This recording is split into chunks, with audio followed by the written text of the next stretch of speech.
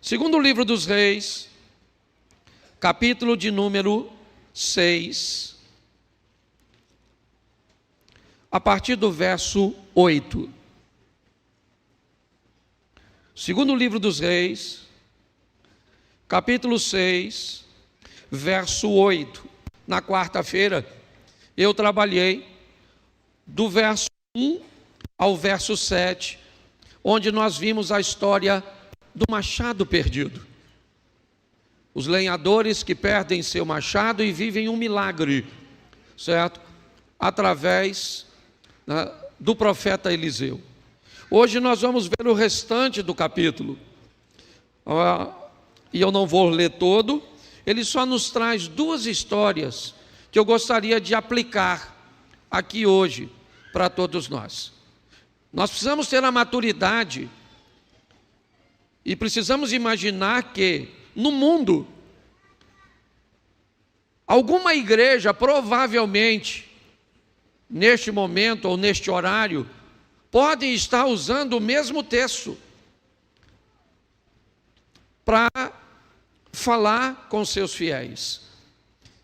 E a exposição do texto ou a aplicação, ela pode ser feita de outra forma. Então a Bíblia é um livro vivo, e eu preciso entender isso. Hoje, eu quero que você observe algumas coisas importantes e preocupantes nesse texto. Segundo o livro dos Reis, capítulo 6, verso 8. O rei da Síria fez guerra a Israel e, em conselho com seus oficiais, disse: em tal e tal lugar estará o meu acampamento. Mas o homem de Deus mandou dizer ao rei de Israel: guarda-te de passares por tal lugar, porque os sírios estão descendo para ali. O rei de Israel enviou tropas ao lugar que o homem de Deus lhe falara e que o tinha avisado, e assim se salvou, não uma nem duas vezes. Então, tendo se turbado com este incidente o coração do rei da Síria, chamou ele os seus servos e lhes disse: não me fareis saber quem dos nossos é pelo rei de Israel? Respondeu um dos seus servos: ninguém, ó rei, meu senhor, mas o profeta Eliseu, que está em Israel, faz saber o rei de Israel as palavras que falas na tua câmara de dormir. E disse: ide e vede onde ele está, para que eu mande prendê-lo. Foi-lhe dito: eis que está em Dotã. Feche os seus olhos. Senhor nosso Deus e Pai, em nome de Jesus, eis aqui a tua palavra. Continua usando-me, ó Pai, fala conosco nesta hora, pelo poder do nome de Jesus, por tua misericórdia, em nome de Jesus. Amém, glória a Deus. Amém? Isso. As duas histórias que eu vou passar para vocês, porque o restante do capítulo 6 se divide em duas histórias de guerra contra o mesmo inimigo, os sírios, os arameus, certo? Nós vamos olhar a partir do verso 8 e descobrir algumas coisas preocupantes. O que está acontecendo aqui? Há um planejamento de guerra da Síria em tomar Israel, certo? Pastor, por que tanta guerra? Fora as questões proféticas, naquele ambiente onde está Egito, Líbia, Arábia Saudita, Jordânia, Síria, Irã, certo? Paquistão. Israel, de fato, é a única nação que tem água em abundância. A vida gira em torno da água. É assim que funciona. Uma das primeiras coisas que as pessoas, ou que você, ao comprar um terreno, um imóvel, você deve observar é se tem água. Se tem água, como é a água neste local, certo? Se você mora em Xerém, sabe o que era a água há 20, 30 anos atrás e o que é a água hoje. Quem mora aqui no tempo de que não tinha como fechar a torneira porque estourava a carrapeta. Levanta a mão, a turma assim. Falou sua idade, certo? Ok? Hoje já não é assim, tá certo? Então a grande questão, na maioria das vezes, era o controle da água, era aquilo que descia do irmão, certo? Então, mais uma vez, os sírios estão fazendo guerra, né? Estão em rumor de guerra. O que o rei da Síria quer é surpreender Israel numa emboscada, é somente isso. Então, o rei da Síria planeja onde é o melhor lugar de surpreender Israel, por onde eles vão entrar para pegar um exército de surpresa. Numa guerra, uma das coisas mais importantes numa guerra é a informação. A informação ela é mais importante que o material bélico, as armas de fogo. A informação ela é mais importante que a quantidade dos seus soldados. Hoje um homem pilotando um único caça pode jogar num território, certo? Uma bomba capaz de matar milhões de pessoas. É assim que funciona. Quando você vê as reportagens das guerras, certo?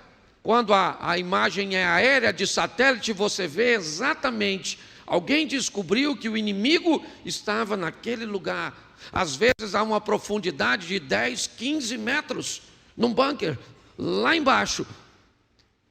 Então a bomba que vai ser jogada não pode explodir na superfície. Ela tem que perfurar primeiro o solo e explodir lá embaixo. Serviço de inteligência, informação. Quanto mais informação Satanás tiver a seu respeito, a respeito do seu casamento, a respeito dos seus negócios, a respeito de suas fragilidades, mais fácil é atacar e atingir você. É isso que eu quero que você entenda, porque uma parte dessa história está falando exatamente disso. O que está acontecendo é que o rei da Síria está planejando na sua câmara de dormir, no seu quarto, um ambiente íntimo, certo? Está na cabeça dele. Eu vou atacar Israel, certo? Entrando por ali. Então eu vou fazer uma reunião com os meus oficiais, vamos distribuir as nossas tropas e vamos atacar por lá. É assim que ele faz. Porém, todas as vezes que ele faz isso, Israel não passa por aquele lugar. O rei então começa a ficar confuso. Sua estratégia de guerra não é boa. Você viu e leu comigo que isso não aconteceu nenhuma nem duas vezes. Todas as vezes que ele iria atacar por um lugar, Israel não passava.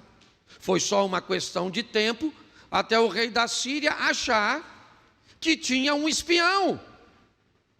Informações aqui da Síria estão sendo levadas para Israel, e as manobras militares de Israel estão fazendo com que eu não tenha sucesso nas minhas investidas. Então, um espião está em nosso meio. Tem alguém aqui levando informação para lá. O que o rei da Síria faz? Reúne seus homens de confiança e diz: vocês precisam me dizer quem de nós está levando informação para Israel. Aí então, um dos oficiais do rei da Síria diz: majestade, deixa eu explicar uma coisa ao senhor. Não tem nenhum espião lá não. Lá tem um profeta que tudo o que o Senhor planeja fazer no seu quarto, só o Senhor, Deus fala com ele. Parece muito bonitinho isso, mas eu quero despertar sua preocupação em alta escala agora. O Deus que você serve sabe tudinho que tu faz, que tu quer fazer. E pior, ele às vezes fala para os outros. A fofoca profética. Deixa eu falar uma coisa para você, cuidado, porque esse texto diz, o que o cara planeja fazer, Deus fala com o profeta, o que indica que Deus sabe de tudinho, tudinho, tudinho. Conhece nossas mentiras, nossas sem vergonhice, sabe se nós estamos com o nome sujo, sabe se você trata mal sua mulher e vem para a igreja. Sabe se a senhora vem para a igreja, mas não atende às demandas do marido. Sabe se você obedece, se você não obedece, se você paga imposto, se você não paga imposto. Se você vê mulher pelada, se você... Certo? Ele sabe tudinho, tudinho. E isso é muito preocupante. Principalmente para quem está com a vida torta. Pastor, por que às vezes tem gente que sobe no altar e fazendo umas besteiras e o senhor não tira? Porque eu não sou Deus nem Eliseu. Eu ainda não sei. Quando eu souber, eu tiro. Se você é o profeta, vem falar comigo que eu resolvo. Então deixa eu falar uma coisa para você. Deus sabe o que você faz. E se ele se irmar de revelar agora, vai dar uma vergonha e um alvoroço na igreja. Então diga para quem está do seu lado, Deus sabe o que você faz, fala.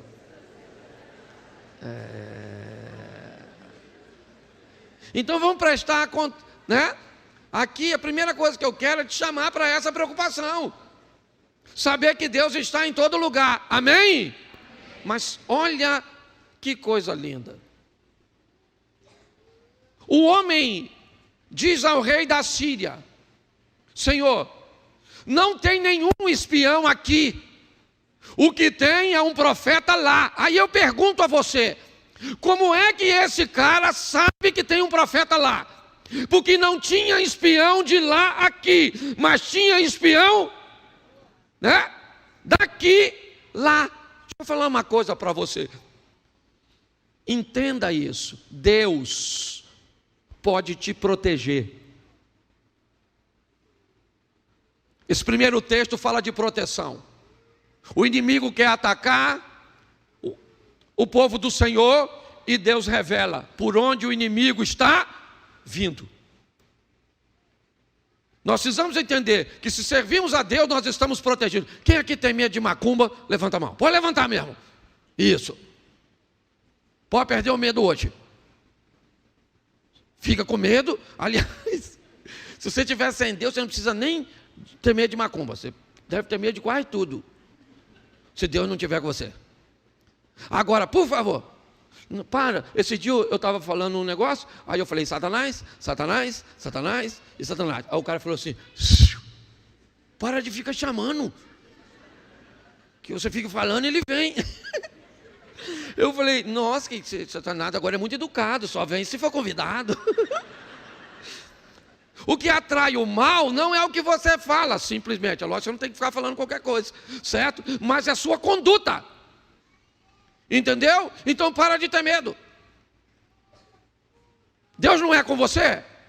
Então se Deus é por nós, é assim que funciona. Certo? Deus aqui, nesses primeiros versículos que eu quero citar, ele age com proteção. O inimigo vai atacar e Deus revela. Deus revela. E agora, olha o problema. O rei descobriu que quem está dando a informação é o profeta. Então o que o rei da Síria fez? Ele poderia dizer, vai para lá e mata Eliseu, sim ou não? Mas ele é rei não é à toa, porque ele não é otário.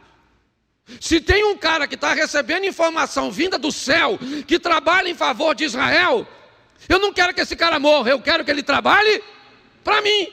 Vai lá e captura o cara, e agora eu vou estar com um serviço de inteligência celestial.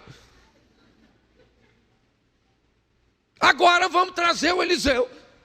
Ele está onde? Os espiões foram lá e descobriram, ele está morando lá em Dotã, ali na esquina ali da Jardim Primavera, aquela coisa. Ele está por ali, tá certo? Então, o que ele faz? De noite manda uma tropa. Aí eu fico pensando, que rei extraordinário. E olha que coisa sensacional. Quando o rei da Síria queria surpreender Israel, Deus falava com quem? Com quem? Me ajuda aí. Fala assim com Eliseu. Fala com Eliseu. Olha que confuso. Mas quando o rei da Síria quer prender Eliseu, Deus fala com quem? Com quem? Com ninguém.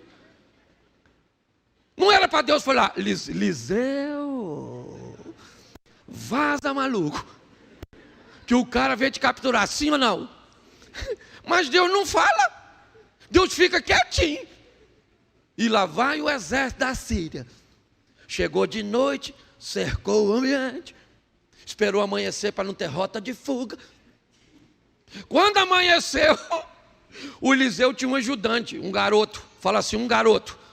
Fala assim, um menino. Isso. Quando amanheceu, o menino que trabalhava com o Eliseu abriu a porta. Quando ele abriu a porta, o que ele viu? O exército. O menino falou, sangue do cordeiro tem poder. Agora nós estamos lascados, Eliseu. Não tem rota de fogo, está dominado. A casa caiu, maluco. Mas Eliseu é carioca. Se cair, vai cair atirando a ave, não é verdade? Eliseu, o garoto olha, quando ele vê o exército, o garoto fica doido. E começa a tremer, e fala, o que faremos? Aquela agonia toda, certo?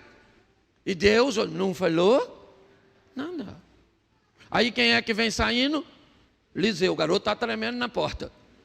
Eliseu sai assim, mais ou menos. Ó. Estilo Romário. Lembra? Eu imagino ele olhando na porta assim de soldado. Ó. Sírio, tudo armadinho. Um bando de Alexandre de Moraes. Não é verdade? É assim, tudo armadinho, tudo armadinho. Aí ele bota o rosto assim. E o garoto está tremendo, sim ou não? Eliseu.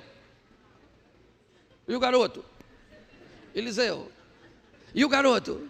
Eliseu. Qual é a diferença do garoto para Eliseu? Qual é a diferença? Repita assim: um é um menino, o outro é um homem. Na hora da guerra, o que difere não é o inimigo, é a sua postura. Na hora da guerra, ou você se comporta como um menino, ou como um homem, ou como uma menina, ou como uma mulher de Deus. Não interessa. Vão se levantar contra o seu casamento, contra os seus filhos, contra o seu negócio, contra a sua fé, contra a sua saúde. Não interessa. O inimigo se levantou, não haja como um menino. O que faremos? E agora? Quem poderá nos defender? Não. Certo? O Eliseu está lá. Ele está com medo, você acha? Sim ou não? Sim ou não? Claro que está, um exército poderoso. E Deus não falou com ele? Eu imagino o Eliseu tremendo por dentro. E o corpo assim, Senhor, via recurso, que inimigo tem, hein? E o garoto que está comigo aqui, ele já entregou os pontos. O menino já está passando mal, esse garoto. E Eliseu está olhando. E de repente, Eliseu olha para o garoto e diz para o garoto o quê? Calma. Calma. porque mais numerosos são os que estão conosco do que os que estão com eles. Eu imagino o garoto conosco aqui dentro. Conosco é só nosco. Não tem mais ninguém, até os anjos que estavam já foram. Não é verdade? O garoto via alguma coisa assim ou não? Porque a guerra, ela é travada em dois ambientes: o físico, material, e o emocional, espiritual. Você está entendendo? Esse ambiente emocional e espiritual é o que dá a você condições de utilizar o material. Neutralizar a sua reação é uma estratégia fortíssima do Satanás. Fazer você se desesperar. Eliseu está lá e falou: calma, garoto, mais numerosos são os que estão conosco do que os que estão com ele. Eu imagino um menino olhando. Ele está com tanto medo que já está vendo coisa. E aí Eliseu fala o quê? Senhor, fala assim: Senhor, abre os olhos dessa besta. Você gostou, né? Falou para o seu marido que está do seu lado aí, né? Senhor, abre os olhos deste menino, porque ele só não consegue enxergar porque ainda é um. Está na hora de você amadurecer e saber que o seu Deus é mais poderoso que o seu adversário. Está na hora de você saber que o seu casamento não precisa acabar, que a sua história não precisa terminar assim, porque o Deus que você serve é todo poderoso. O inimigo é forte, sim ou não? Ele é muito, sim ou não? Mas nosso Deus é maior. Tudo bem que falar isso para os outros é mole. Subir aqui e pregar para você é mole. Difícil é quando eu estou enfrentando, falar: Cláudio, Deus é maior, Cláudio. Você fala para os outros, Cláudio, agora. E esse é o desafio, certo? E aí ele ora e fala: Senhor, abre os olhos desse garoto. O menino está assim, ó. Quando os olhos dele abrem, ele estava cego, sim ou não? Mas os olhos dele abriu. Mas ele era cego? Não, mas os olhos abriu. Entende? Ele só não conseguia ver a outra esfera daquela batalha. Quando ele olhou para trás, o que tem lá atrás? Um exército de carro e cavaleiro de fogo. Eu imagine ele.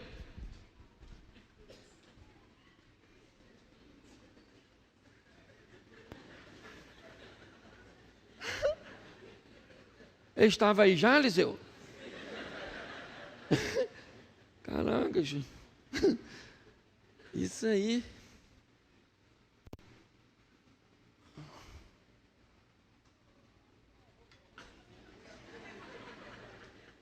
Aí, maluco. Vem. Não vinha me pegar? Eu, Eliseu? Que medo. Medo aqui não, rapaz. Aqui o negócio é doido. Pode, chega aí, cavaleiro de fogo, fica para cá, porque senão não dá tempo de você chegar.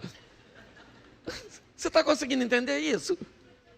Eu preciso que você entenda.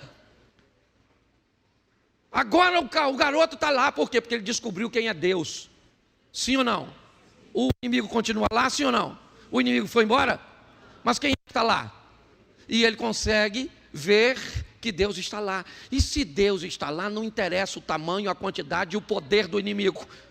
Ele é maior que tudo. Então você não vê esse culto, eu não sei o que você está enfrentando, quando é mesmo você sai. Aqui você dá umas risadinhas de vez em quando, mas quando você sai daqui, só Deus sabe. Estou numa luta desgraçada. Estou cercado. Entendeu? Não estou vendo nada. Inimigo tem com força. Luta está pegando senha para a minha vida. Tem gente vivendo isso. Eu não sou doido, eu sei que funciona. Certo? Mas eu acho sensacional. Agora, Eliseu ora: Senhor, abra os olhos do menino, sim ou não? Mas ele faz uma segunda oração: Senhor, cega esse exército. E não é cegar para eles perderem a visão, não. É cegar para eles não terem noção de onde estão.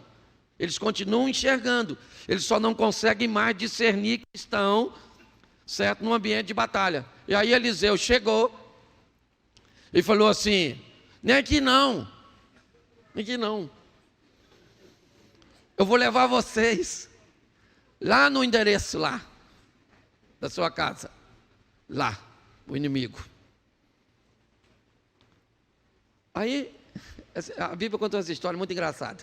Eu fico imaginando o Eliseu, que ele era baixinho, gordinho e calvo. O Geazi agora está bonito na fita. Bora, Eliseu. O exército de fogo está aí ainda, Eliseu, que eu não estou vendo mais não, hein, maluco? Quando chegou no meio, certo? Onde estava o rei de Israel, Eliseu falou com o rei de Israel: prepara uma comida e dá comida para esse exército todo. Bota esses caras. O rei falou: nada, rapaz, são nossos inimigos, nós temos que matar ele. Ele disse: vocês não vão matar ninguém, não foi você que venceu essa batalha? Então não vai matar ninguém, não mata ninguém. Deu comida, os caras comeram, certo? Quando terminou de comer, Eliseu disse: Senhor, agora abre os olhos deles. Quando eles veem, estão no meio do exército inimigo, provavelmente desarmados, desprotegidos. E agora, o que vai acontecer? Eliseu disse: ninguém mexe com nenhum soldado da Síria, pode ir embora todos vocês. História boa, sim ou não? Um Deus que sabe de tudo e um Deus que pode nos proteger com informações, com anjos, com aquilo que nós não vemos. Eliseu não permite que coloca para mim, por favor, o verso de número 23 do capítulo 6, e depois você coloca o 24. Capítulo 3, capítulo 6, verso 23, segundo livro dos reis, capítulo 6, eu faço questão de que você veja. Ofereceu-lhes o rei grande banquete, comeram e beberam, despediu-os e foram para o seu senhor, o rei da Síria. E da parte da Síria não houve mais investidas na terra de Israel. Amém? O inimigo foi vencido, sim ou não? Sim. Teve guerra? Não. Deus entrou com provisão. Ou melhor, Deus entrou com proteção. Amém? Então está certo. Não houve mais. Verso 23. A história de um crente não para numa batalha, ela prossegue. Ok? Verso 24.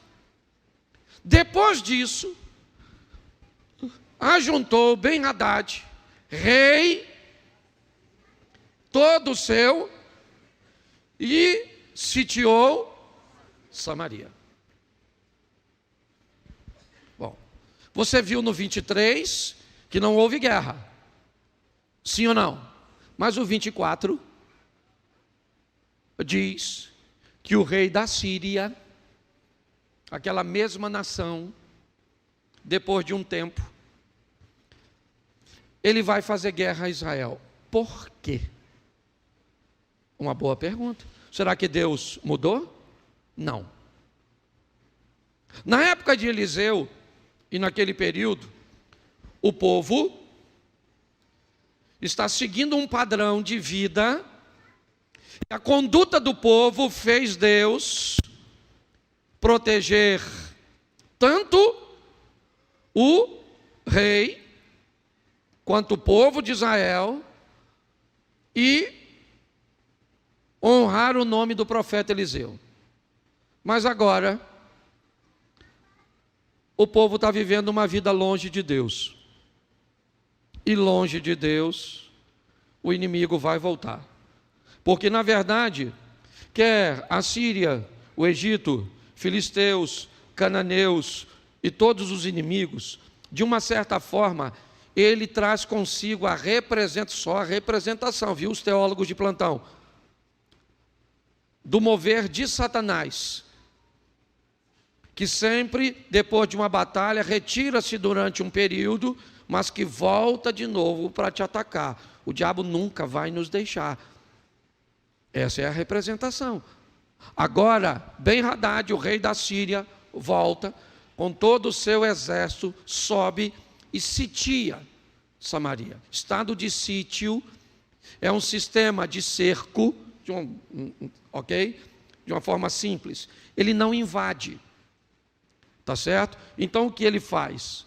Ele bloqueia a cidade, impedindo seus moradores de saírem, e fica aguardando os recursos de dentro acabarem. É isso que está acontecendo aqui. Ben-Hadad vai sitiar Samaria nesse período. Verso 25. Houve grande fome em Samaria, eis que a sitiaram, a ponto de se vender a cabeça de um jumento por 80 siclos de prata, e um pouco de esterco de pombas por 5 siclos de prata. Verso, vamos lá, segue aí por favor. Passando o rei de Israel pelo muro, gritou-lhe uma mulher: acode-me, ó rei, meu senhor. Vamos embora. Ele lhe disse: se o Senhor não te acode, de onde te acudirei eu? Da eira ou do lagar? Preste atenção, ele está dizendo: eu não tenho provisão. Ele sabe que o problema é fome, é isso. Mas ela continua. Perguntou-lhe o rei: o que tens? Respondeu-lhe ela: esta mulher me disse: dá-me teu filho, para que hoje o comamos, e amanhã comeremos o meu. Verso, cozemos, pois, o meu filho e o comemos. Mas dizendo-lhe eu, ao outro dia, dá-me o teu filho para que o comamos, ela o escondeu. Verso 30. Tendo o rei ouvido as palavras da mulher, rasgou as suas vestes. Quando passava pelo muro, o povo olhou e viu que trazia um pano de saco por dentro sobre a pele. Presta atenção agora. E disse o rei: assim me faça Deus o que bem lhe aprouver, se a cabeça de Eliseu, filho de Safate, lhe ficar hoje sobre os seus ombros. A guerra voltou. O inimigo está lá. Ele não invadiu, ele cercou. O sistema está montado. Eliseu está dentro do cerco e não fora. E agora o rei disse, ao ver a história da mulher: eu vou matar Eliseu. Você que está acompanhando essa história desde o começo, você é capaz de entender por que o rei quer matar Eliseu? Alguém? Porque ele poupou o exército inimigo. Na cabeça do rei da Síria, se Israel tivesse matado todos os sírios, eles não estariam agora, preste atenção, na cabeça do rei, o culpado de tudo isso é Eliseu e não o pecado. E não o desvio da conduta, não. Eles não conseguem enxergar, porque se eles observarem que o que estão enfrentando é de se afastar de Deus, e isso o coloca como responsáveis da situação, e eles não querem ser vistos como responsáveis de seu casamento estar acabando, de suas notas não estarem legais, de seu sistema econômico, financeiro não estar bem.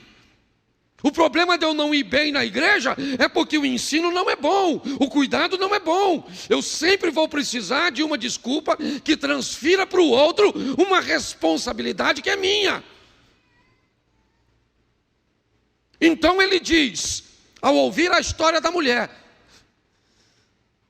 amanhã, ou hoje, eu vou mandar cortar a cabeça de Eliseu.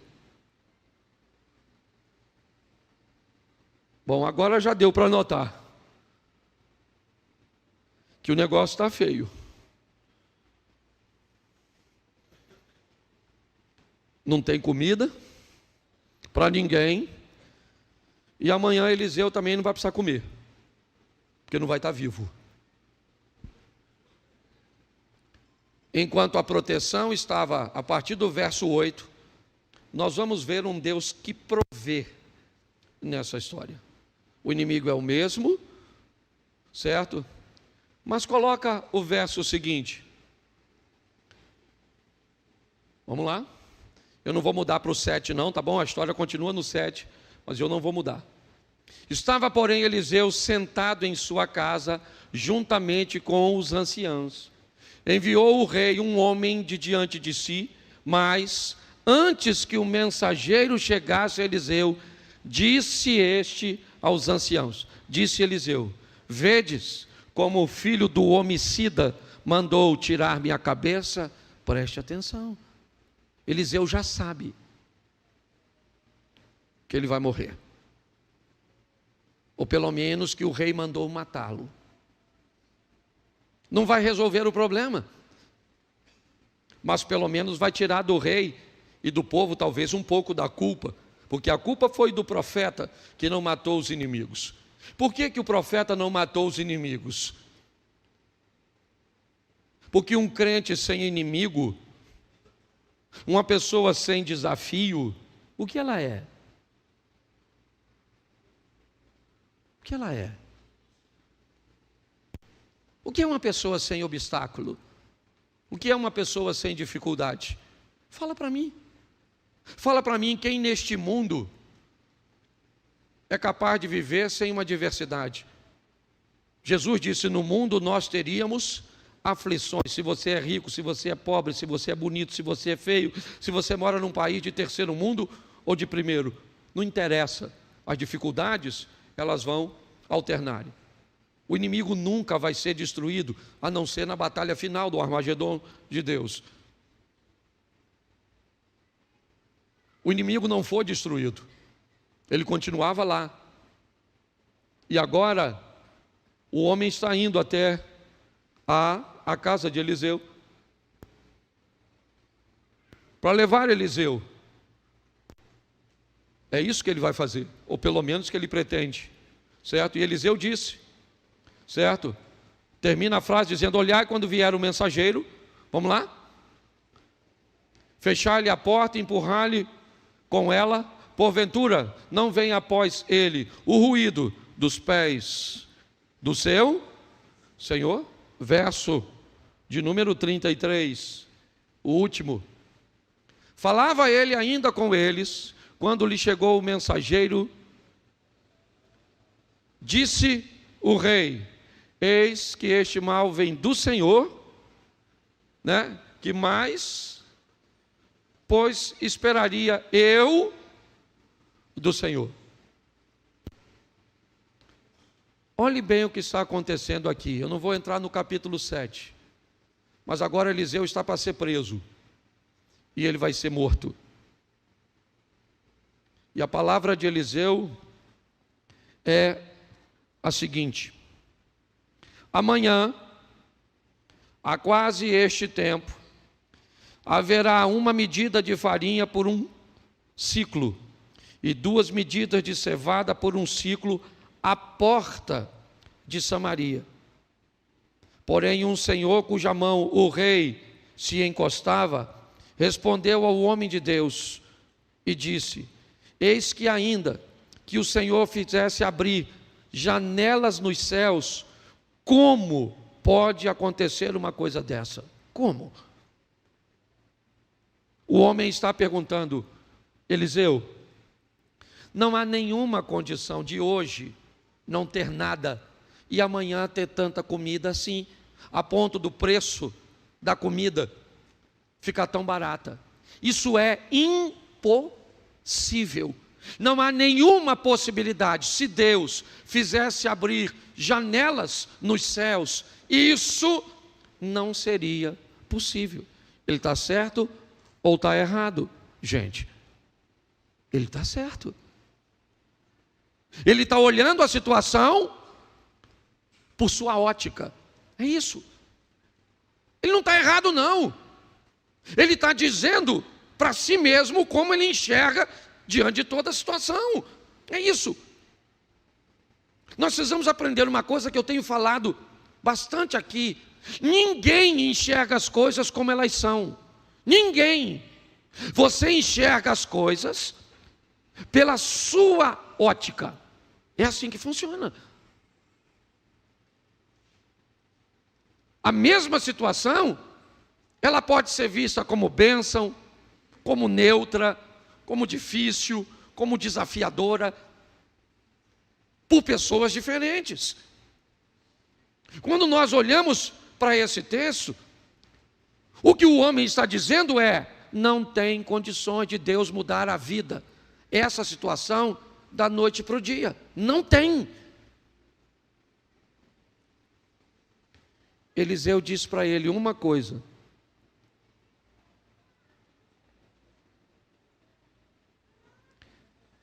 eis que você vai ver isso com os teus olhos, porém, da comida que vai estar amanhã você não vai comer.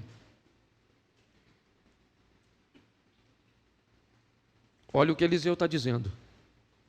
Pastor, que palavra dura é essa do profeta para o homem de confiança do rei, do homem que servia de apoio para o rei, do homem que era conselheiro do rei, o cara que aconselhava o rei, o cara que estava perto e podia exercer influência. Olha só, ele está dizendo que é impossível. Eliseu disse: amanhã a essa hora isso vai acontecer, porém você não come. Ele morre pisoteado. Depois você lê o capítulo 7. Pastor, o que o senhor quer falar com isso? Eu quero te dar a garantia de 3 coisas. Primeiro, tudo que você faz não passa despercebido. Você pode enganar o pastor, a esposa, os pais, o patrão, os amigos. Você vai conseguir enganar quem você quiser. Você pode viver uma vida, certo, do jeito que você quiser. Isso é o livre-arbítrio. Agora, não esqueça de 2 coisas. Você tem alguém que com certeza vai te atacar e alguém que, para proteger você, vai precisar de uma postura sua. É só isso. Você precisa entender isso. Segunda coisa que você precisa entender é que quando Deus te protege, ninguém tem condições de te ferir. Quando Deus se levanta a seu favor, não interessa. Numa encruzilhada pode oferecer o sangue de uma galinha ou de um elefante. A quantidade que for. Nada pode impedir a mão de Deus de te proteger se você levar a sua vida com Deus a sério. Obrigação de controlar a vida de crente não é de pastor, é do próprio crente. É importante nós entendermos isso.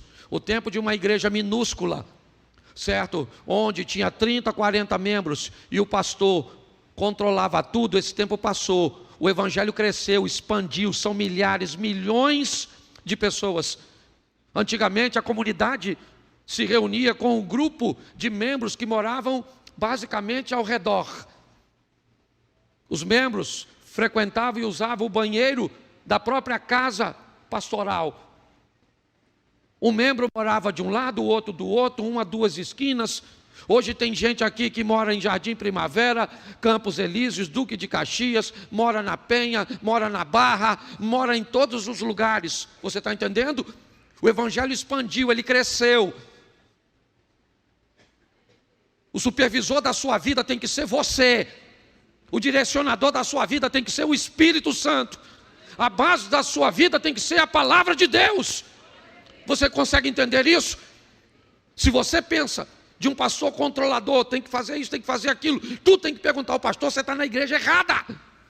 Nós temos que oferecer atenção sim, mas para as pessoas aprenderem a lidar. É assim que funciona. Porque se assim você fizer, pode se levantar sírios, assírios, egípcios, filisteus, pode se levantar um inferno. certo? Deus vai estar lá, Deus vai estar lá. Sabe o que o Satanás falou para Deus? Eu não posso tocar em Jó. Eu não posso tocar nele. Quando Deus diz, tem visto o meu servo, sabe o que o Satanás diz? Também eu não posso tocar em nada dele. E aí eu pergunto a você, o diabo não tocava em Jó por causa de Deus ou por causa de Jó? Por que Deus protegia Jó? Porque Jó era obediente. E Jó era obediente e Deus o protegia. Lembra do Tostines? Vende mais porque está sempre fresquinho, está fresquinho porque vende mais. Então é proteção, eu não sei o que você está enfrentando. Pastor, mas eu estou obediente e o Satanás, ele está entrando, esse miserável. Serviço de inteligência dos infernos. Deixa eu te falar uma coisa. Solteiro não case. Já disse o apóstolo Paulo. Por quê? Porque quando você não casa, você fica só com um demônio para tu. E você se defende sozinho. Quando você casa, aí já não é mais só você luta com o seu demônio, a mulher luta com os dois, às vezes os dois atacam um. Você está entendendo? Às vezes junta, aí você tem filho. Aí fora falar os demônios da sogra. Você está entendendo? Aí eu tô falando só dos menos perigosos. Eu não estou nem falando dos mais, assim, dos de alto nível de periculosidade. Você consegue entender? Quanto mais, se nós vamos expandir, é assim que funciona. Você ri, mas é sério, não estou desanimando ninguém para casar, não. Tá certo? Casa, você merece. Você merece receber isso. Passar por essa vida e não casar. Esse dia eu estava conversando com o padre veio falar comigo de casamento. Eu falei, reverendo, eu vou falar com o senhor tem mulher? Mas para saber o que é casamento, tem que casar? Então quer dizer que para eu saber que droga é ruim, eu tenho que usar? Falei, não, eu até respeito o senhor por essa decisão sua, muito sábia, de se manter sozinho. Mas não vem com essa não, vem com essa não. O senhor dá conselho para a mulher dos outros, quero ver o senhor dar para a sua. Aí ele fez o que você está fazendo agora, riu. Falei, vou embora, que isso aqui é um desinformado, um medroso. Você está rindo, mas é sério. Então, Deus, fala assim, Deus me protege. Isso. Pastor, mas eu não sou santo. Aqui também não é igreja católica, não. Ninguém está procurando santo aqui, não. Todo mundo tem falha, sim ou não? Isso aí. A menina ficou nervosa que tacou um negócio em mim. Tacou em mim não, tacou aqui, eu estou brincando. Tá certo? Já estou terminando, o pessoal já está querendo ir embora. Eu acho que ela não está gostando da pregação, tá ruim, Ávila. Aí ela pode me parar, já estou parando. Eu estou brincando, viu? A família aí sabe que eu sou brincalhão, deixa as crianças tranquilas. E por último, presta atenção, provisão. Sabe o que aconteceu? Os exércitos se unificaram com Ben-Hadad. Houve meio que uma coalizão para enfrentar Israel. Apesar de pequeno, o povo inimigo sabia que tinha alguma coisa em Israel que o diferenciava. Eles não entendiam muito bem isso não. Como funcionava? Era um anjo que entrava, certo? E matava os inimigos, como aconteceu com Josafá, ou como aconteceu com Ezequias, certo? Era muros que caem, era águas que se abrem. A história sempre estava na mente dos inimigos, é verdade. Mas naquele momento, naquele dia, olha só, eles estavam sitiando, o que indica que eles precisavam de provisão para passar o período que fosse necessário. Para alimentar homens, eram soldados, não eram crianças, não eram mulheres. A provisão que os exércitos levavam consigo para se manter alimentado ao redor da cidade era muito grande, porque era só homens, soldados comendo. Eles comiam muito mais do que crianças, muito mais do que mulheres. Quando eles brigam entre si, certo? Ouvindo um barulho, depois você lê no 7, eles vão embora às pressas e deixam para trás toda a comida. É isso. Uma cidade que não tinha nada hoje, amanhã tem tudo. Pastor, o que o senhor está querendo dizer? Eu estou querendo dizer que em algumas ocasiões Deus pode mudar a sua vida agora, de hoje para amanhã. Você pode dormir desempregado e acordar empregado. Você pode dormir doente e acordar são. Você pode dormir com um marido ruim e acordar com bom, o mesmo. Nesse não. Que tem gente que bebe, né, Zia? Aí dorme com uma pessoa e acorda com outra. Não é isso não, tá certo? O que eu quero é que você entenda que Deus pode fazer, porque Ele é o Todo-Poderoso. E hoje começa uma semana, o primeiro dia da semana qual é? Hoje. Então hoje começa uma semana nova, uma semana de vitória, uma semana de conquista, uma semana onde olha só, onde o inimigo vai fazer o papel dele, amém? Mas nós e Deus vamos fazer o nosso. E pronto. Então vá para casa, meu filho. Certo? Já chega em casa tomando posse.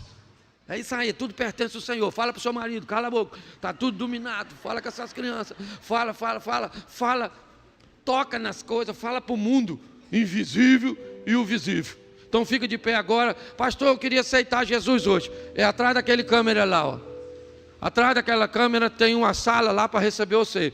Pastor, eu não quero aceitar Jesus, só quero receber uma oração. Alguém vai orar por você. Pastor, eu quero saber mais sobre as atividades da igreja. Lá vão te informar. Se você quiser voltar para Jesus, receber Jesus, dá uma passadinha lá, depois a gente te apresenta aqui na igreja, tá certo? Normalmente o nosso modelo é esse. Está preparado para a luta? Então diga assim, que venha os sírios. Isso. Certo? Que venha os inimigos, que venha. Às vezes acaba um culto, eu falo isso, alguém me aborda e fala, pastor, o senhor falou que vem, hein? Não, se eu não falar, aí também vem. Se não falar, vem. Feche seus olhos. Feche seus olhos. Pai, em nome de Jesus, sabemos que o Senhor é o nosso refúgio, o Senhor é a nossa fortaleza, o Senhor é o nosso socorro bem presente na hora da angústia. Sabemos que 1000 cairão ao nosso lado, 10.000 cairão à nossa direita, mas nós não seremos atingidos. A obediência, o compromisso, a santidade, a luta contra o que queremos é grande, mas estamos prontos para nos comprometer a fazermos o que é necessário, não o que queremos, e veremos a tua proteção e a tua provisão. Eu creio que aqui vidas começam a mudar hoje, mas eu creio que vidas aqui vivem um milagre de hoje para amanhã. Que amanhã, Senhor, as portas se abram, a cura chegue, e em nome de Jesus, leva-nos aos nossos lares, guardado por tuas boas mãos poderosas. Que tenhamos uma semana de boas notícias, uma semana de bons negócios, e podemos dizer, até aqui nos ajudou o Senhor. A tua vara e o teu cajado é o que nos sustenta.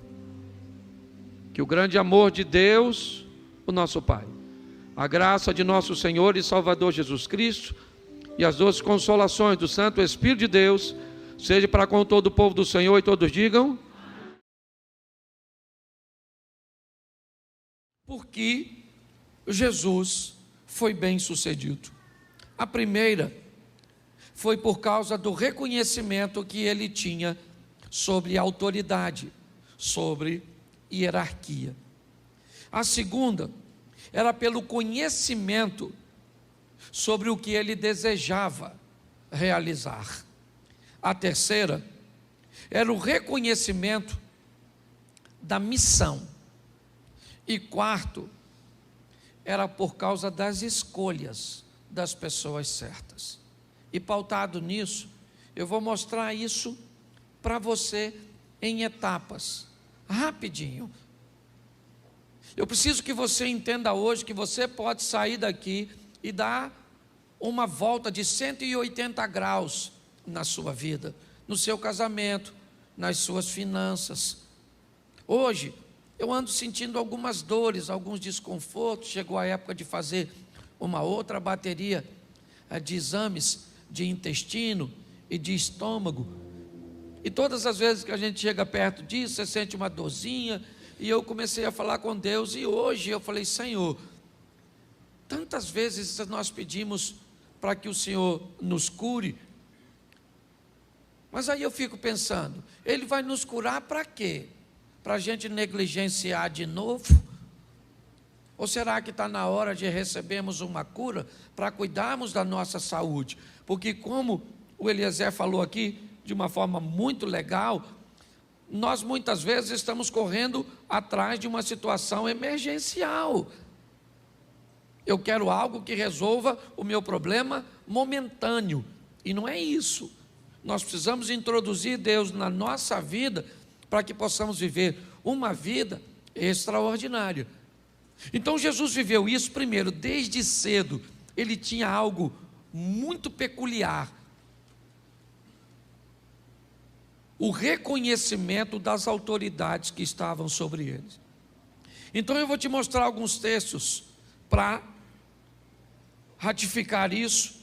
Coloca para mim, por favor, Lucas capítulo 2, verso de número 51.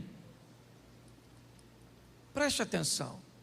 E desceu com eles, e foi para Nazaré, e era-lhes sujeito, e sua mãe guardava no coração todas essas coisas. Preste atenção.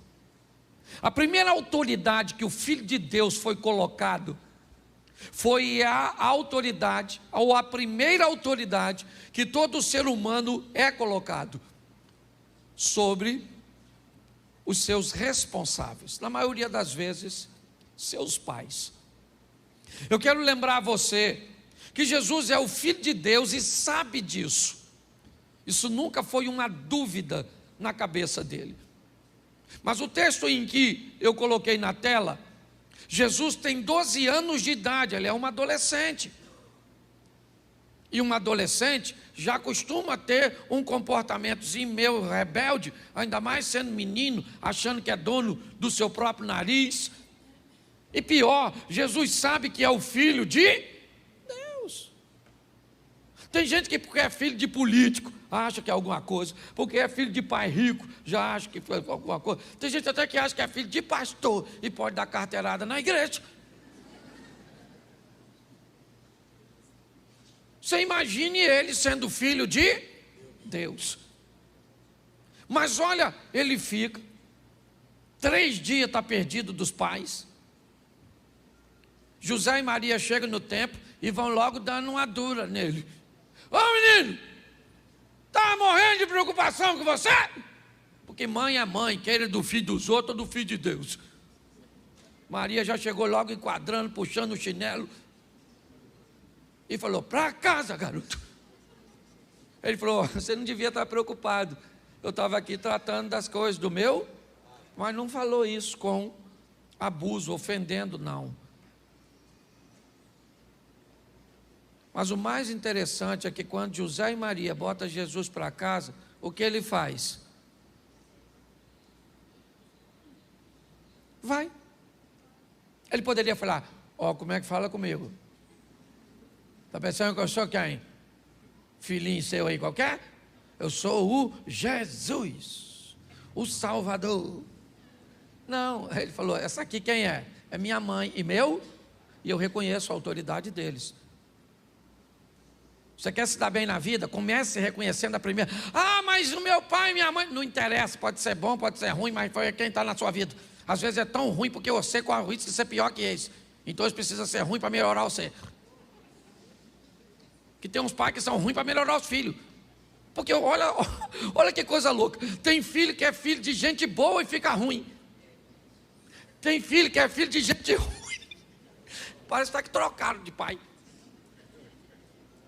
Então aprenda uma coisa. Aprenda a reconhecer a autoridade dos seus pais. Ou de quem te criou. Não interessa onde você foi criado. Eu sou da época que os mais velhos tinham que ter autoridade. Isso aí. O mais velho falou, não interessa se está certo ou está errado.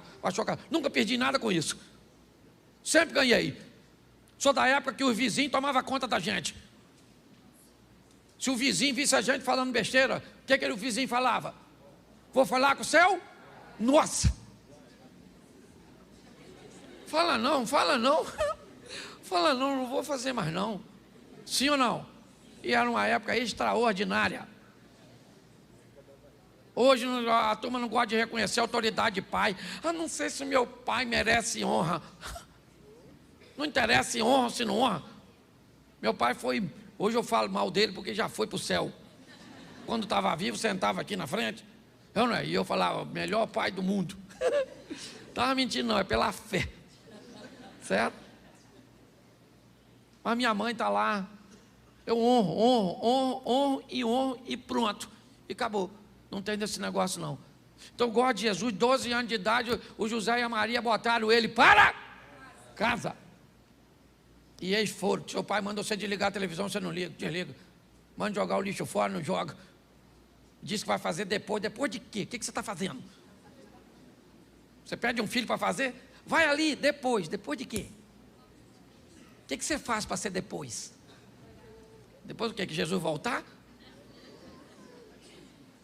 Você pensa que para por aí? Não para não. Esse para mim é um negócio extraordinário. Coloca para mim Mateus 3,15.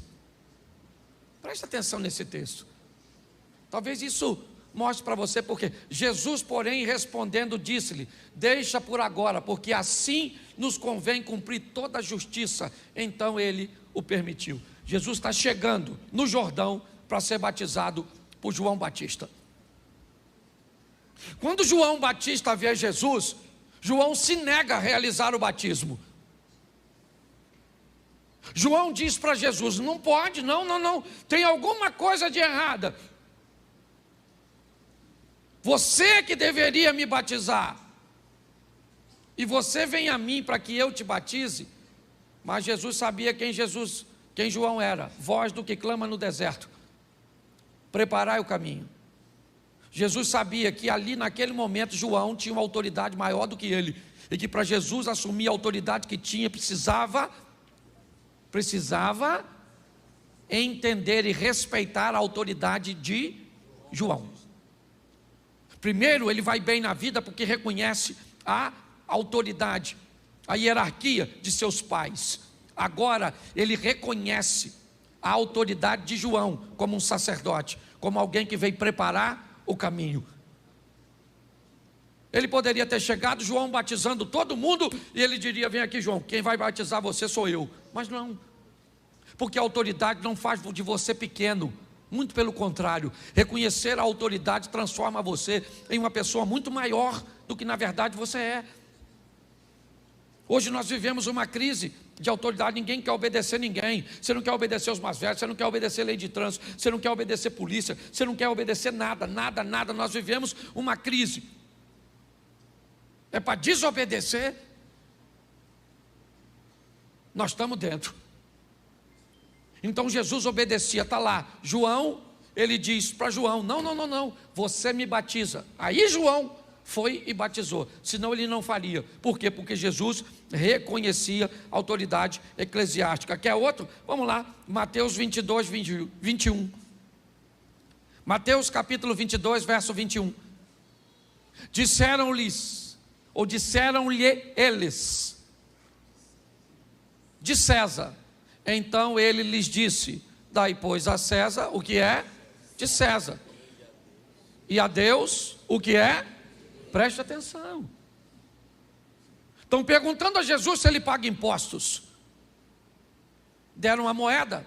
E Jesus disse: a imagem de quem está nessa moeda? Ele disse: do César. Ele disse: então dá a César o que é do, e dá a Deus o que é. Na moeda estava a imagem de quem? E no homem está a imagem de quem? Então o que ele está dizendo? Dá a César o que é de César e dá a Deus o que é de... Sabe o que ele reconhecia? Autoridade política. Ele reconhecia. Havia um reconhecimento, e muito mais do que reconhecer, ele respeitava. É importante nós entendermos isso. Não interessa, irmãos. Todas as vezes, hoje, eu fui de manhã a Tanguá resolver um assunto. E quando eu fiz o retorno ali em Itaboraí, em Manilha, estava bem engarrafado.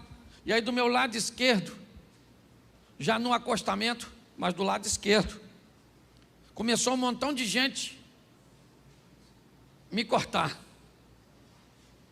E eu comecei a olhar, 1, 2, e lá na frente, sabe o que eles fazem? Me fecha, ou fecha a linha que eu estou. E aí, começou a me dar uma vontade de ir para lá. Era errado, sim ou não? Sim. Mas todo mundo estava fazendo? Sim. Mas se todo mundo faz errado e eu faço também, fica certo? Não. Não. Mas em todo momento nós somos impulsionados a desobedecer, a esquecer algumas coisas. Jesus não, obedecia os pais dele. Devia ser legal obedecer? Não obedecia. Seria mais honroso para ele chegar no Rio Jordão e batizar João e ganhar popularidade, sim ou não? Mas ele fez? Se submeteu. Agora ele está se submetendo a uma autoridade de César. César não era uma pessoa, o nome não é César, ok? César era um cargo, que isso fique bem claro. Aqui provavelmente Augusto ocupava o cargo de César, o imperador. O que Jesus está mostrando é que apesar de ser a maior autoridade, ele era capaz de reconhecer a autoridade das pessoas, e era isso que fazia dele grande. É importante nós entendermos, o sucesso de Jesus vem de entender o que é uma hierarquia. Hoje talvez você não consiga entender a hierarquia do seu gerente, de alguém que está sobre você, porque tem gente que tem dificuldade de lidar com o relacionamento vertical. Basta ter alguém acima de você que você não se submete, e basta ter alguém abaixo de você que você pisa. Nós temos que aprender a lidar com isso. Esteja abaixo, esteja no nível horizontal ou acima, eu tenho que aprender a lidar com pessoas. É a hierarquia da vida. Às vezes eu coloquei aqui no evento, no último evento que teve, pais e filhos. Quem estava dirigindo era o Osias. O evento não era meu, era do Osias. Era ele que estava dirigindo. E aí eu perguntei a ele ali, quanto tempo eu tenho para pregar? Ele falou, você é o pastor, você prega o tempo que você achar. Eu falei, hoje eu não sou o pastor, hoje aqui você é uma autoridade sobre mim. Funciona desse jeito. A gente estava na marcha para Jesus. Eu queria que o pastor Silas fizesse uma coisa. Fui falar com o pastor Silas, ele falou comigo, Cláudio, mas eu sei que tem que fazer. Eu falei, o chefe hoje sou eu ou é o senhor? Ele falou, não, o chefe é você. Eu falei, então faz. Ele fez a mesma coisa que você, sorriu e fez. Você consegue entender? Entende? Quando você reconhece a autoridade, acabou, querido. O mundo conspira a seu favor. Pare de querer desonrar. Aprenda. Que todas as vezes que alguém é mau, todas as vezes que alguém faz errado e faz com que você faça errado também, ele é seu discipulador. Quando alguém te fere, quando alguém te magoa, Quando alguém é mal com você e faz você se tornar mal, essa pessoa não é seu inimigo, ela é seu mestre. Ela doutrinou você. Ela é tão má que conseguiu fazer com que você ficasse mal. Ela é tão desobediente que conseguiu fazer você desobedecer. Aprenda. Sabe por quê? Porque preste atenção nesse texto agora. Mateus 26, 39. Olha só, começou no pai, foi para a autoridade eclesiástica do João, foi para o governador, para o político, e indo um pouco adiante, prostrou-se sobre o seu rosto, orando e dizendo: meu pai, se é possível, passa de mim este cálice, todavia não seja como eu, mas como tu. Agora ele está sendo fiel à hierarquia de Deus. Note que antes de dizer que é fiel a Deus, ele foi fiel aos seus, foi fiel ao sacerdócio, foi fiel ao sistema. Aí eu não pago imposto porque não usam mal meu imposto. Está furado. Está furado, querido, está furado. Se você desobedece à lei dos homens para dizer que se obedecê-las, Deus não é suficientemente poderoso para te fazer prosperar ou para te fazer vencer, troca de religião. A verdade é essa. Cuidado com esse subterfúgio, que muitas vezes uma situação corrupta como a nossa tenta nos impulsionar, porque é isso que eu estou dizendo. É isso que está dizendo. Já que os corruptos usam mal o nosso dinheiro, então nós também nos tornamos corruptos. Pare para pensar, isso é mais sério do que a gente possa imaginar. Então Jesus fazia o que fazia e teve sucesso, porque reconhecia as autoridades, primeiro de seus pais, depois de João Batista, depois de César e depois de Deus. De João, capítulo 1, ou melhor, capítulo 4 primeiro. Vamos dar uma olhadinha no assunto sede, girando em torno de água, e a primeira é a mulher samaritana. Isso. Quando o Senhor veio a saber que os fariseus tinham ouvido que Jesus fazia e que batizava mais discípulos que João, ora, ainda que Jesus mesmo não batizava, mas sim os seus discípulos. Ele saiu da Judéia e foi outra vez para a Galiléia. Era necessário passar por Samaria. Foi ter em Samaria, numa cidade chamada Sicá, junto ao herdade que Jacó havia dado para o seu filho José. Estava ali a fonte de Jacó. Jesus, cansado do caminho, assentou-se junto à fonte. Certo? E veio uma mulher de Samaria tirar água e disse: Jesus, dá-me de beber. E ela disse: como tu, sendo judeu, me pede beber a mim, que sou mulher samaritana?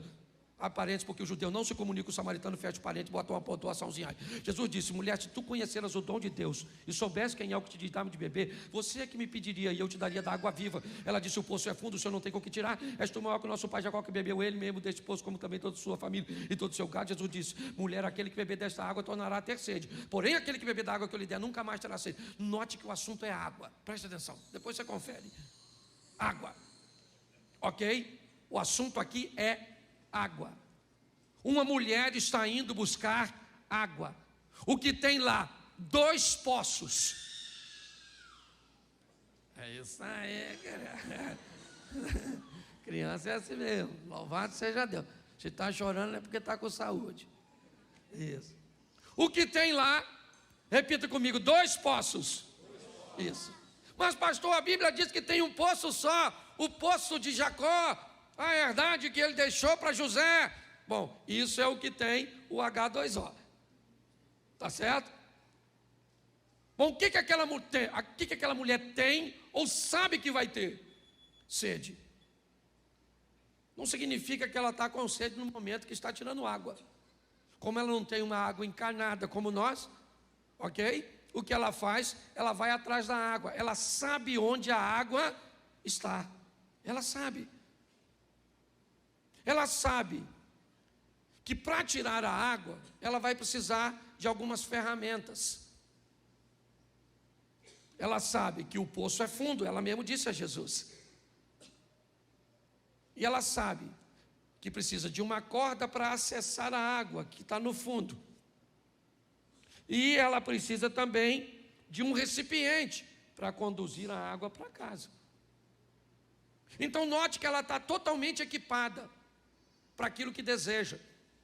Ela sabe onde a água está, onde é o poço. Ela sabe que o poço é fundo, então ela leva a corda. E ela sabe que precisa de um recipiente para levar a água para casa. O que ela não sabe é que além de uma vida física nutrida pelo H2O, pela aguinha, ela também precisa de uma outra água. Uma água que não tem naquele tipo de poço. Então, quando nós olhamos para esse texto, nós vemos um poço do lado de outro poço. E vem uma mulher totalmente preparada para tirar daquele lugar um tipo de água. Mas o outro tipo, ela nem sabe que existe. Quando Jesus começa a se apresentar para esta mulher, a primeira coisa que ele diz: me dá um pouco de água. Me dá um pouco de água. Me parece que, querendo botar a mulher num posicionamento de vantagem, ele inicia uma abordagem a uma mulher que tem sérios problemas com homens. Sérios. Ela não era mais uma garotinha, já passou por 5 relacionamentos frustrados, está dividindo um cesto de um homem que não é dela, ou seja, está vivendo um adultério. Até o presente momento, ela sempre encontrou homens que queriam tirar proveito de seu corpo. Mas preste atenção, na Bíblia, deixa eu fazer uma analogia aqui. O 7 é considerado um número perfeito, sim ou não? Sim ou não? Ela já teve quantos homens? Então está na hora de encontrar o 7º. Jesus, o 7º homem, ele não quer seu corpo, ele não quer prazer com ela. Muito pelo contrário, ele quer oferecer a ela o prazer. Quando ela chega para buscar, ele aborda ela e ela, confusa, diz: como o senhor tem coragem de falar comigo, se o senhor está vendo que eu sou uma mulher e esse não é o nosso protocolo? O senhor está vendo que eu sou uma samaritana e há uma divergência entre nossos povos? O senhor está quebrando muita coisa por causa de uma sede, aliás, que ele nem tinha, porque o texto não diz que ele pediu água para ela porque tinha sede, ele quis apenas abordar. Mas quando ela olha para isso, ela diz: como o senhor ousa falar comigo?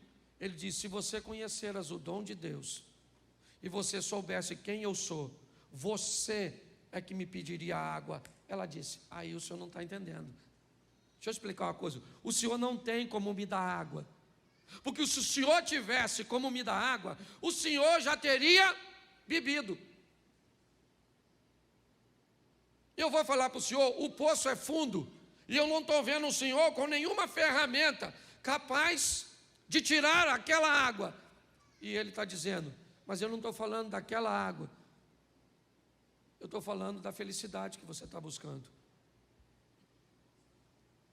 Eu estou falando da plenitude que você está buscando na vida.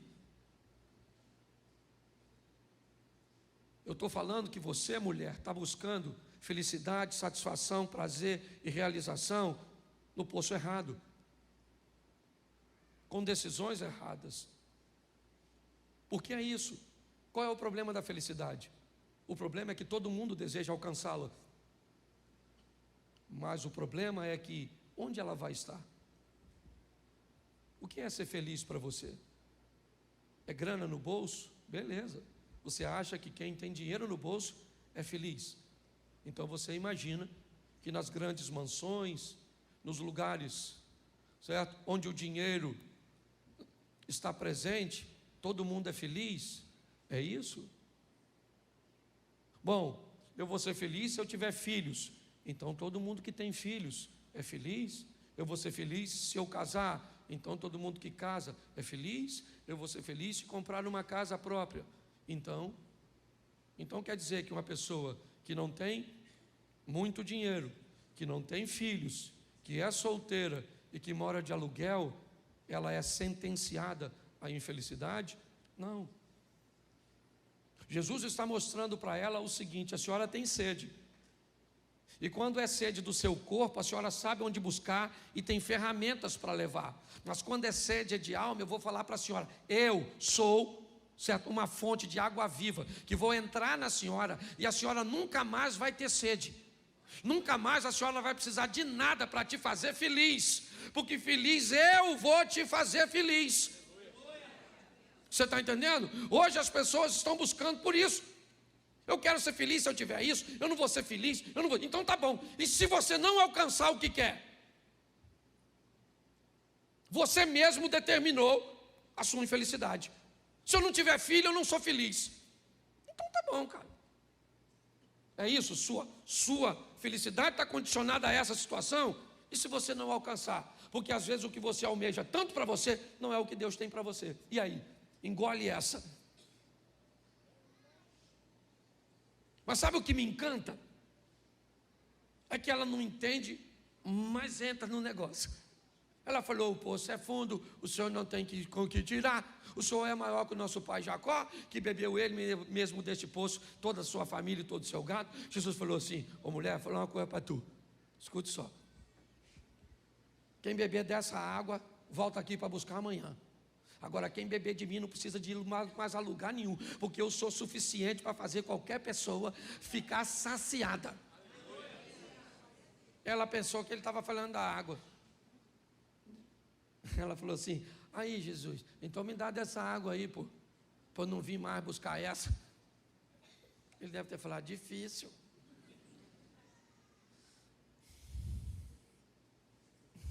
Você não entendeu nada.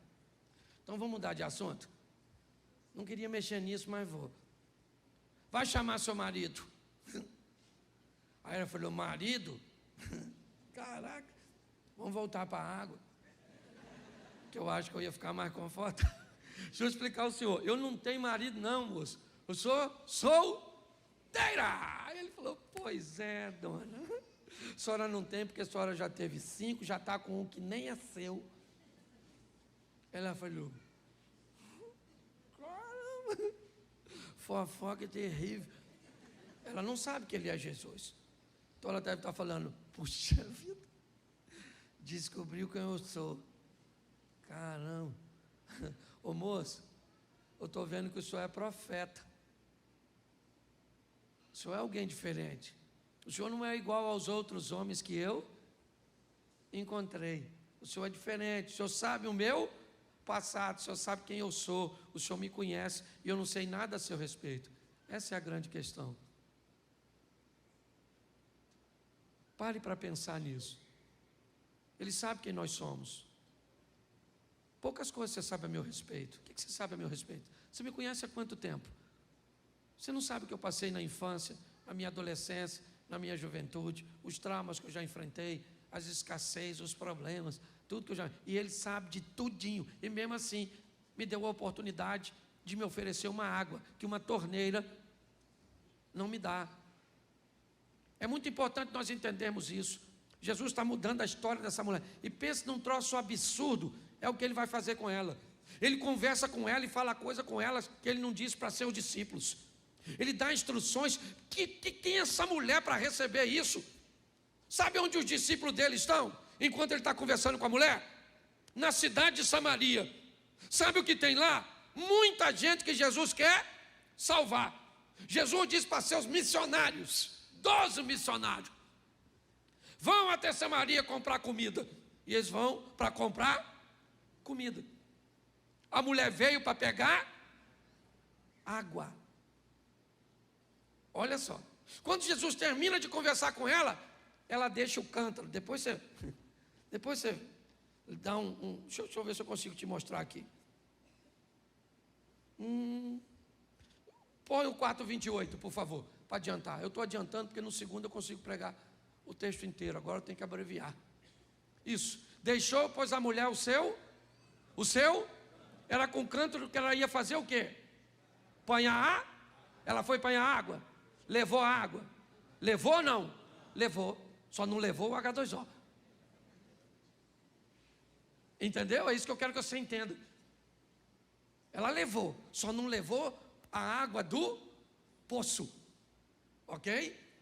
Foi para a cidade, correu e disse àqueles homens. Olha o que ela disse para os homens: gente, encontrei o Messias. Samaritano esperava Messias também, sim ou não? Sim. Agora, um Messias que conversa com a dona, com essa reputação, aí também não, né, gente? O Messias tem que bater um papo com você. Uma pessoa santa, imaculada. Ir lá na sua casa, te abordar, falar comigo que sou o pastor Cláudio. Vai lá para pegar uma dona dessa reputação. Ela falou assim: encontrei o Messias. Falou comigo. Os caras devem ter falado: vê se o Messias vai aparecer para a senhora.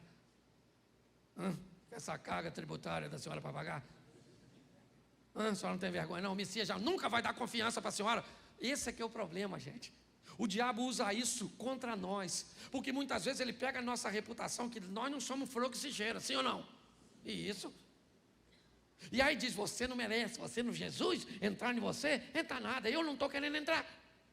O Satanás fala: imagine Jesus, de tão sujo, só que ele sabe quem nós somos. E a mulher está falando: encontrei o Messias. O cara falou assim, e ele falou o quê? Falou tudo que eu fiz. Aí eu acho que ele falou: então quero ir lá dar uma olhada. Pelo menos alguém teve coragem de falar com a senhora. A senhora deixar essa vida sem vergonha da senhora. Não pode vir um homem, esse furor uterino que a senhora tem. Foi lá. Foi lá, Jesus está quietinho. Certo? Só que quando ela volta, quem é que já está lá? Os discípulos com a comidinha. Sim ou não? Eles foram comprar comida onde? Em Samaria. E ela também foi em Samaria. Foi ou não foi? Eles trouxeram quantas pessoas para receber Jesus como Senhor e Salvador? Os discípulos?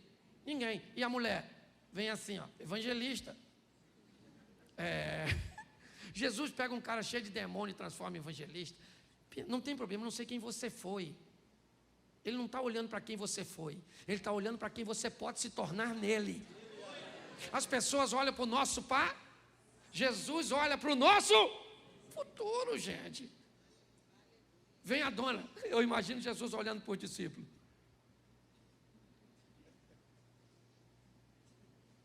Aquilo é que é evangelista. Olha como é que a dona vem cheia de alma e vocês vêm cheio de sacolinha do supermercado. O que é que ela trouxe? Gente que também tinha sede.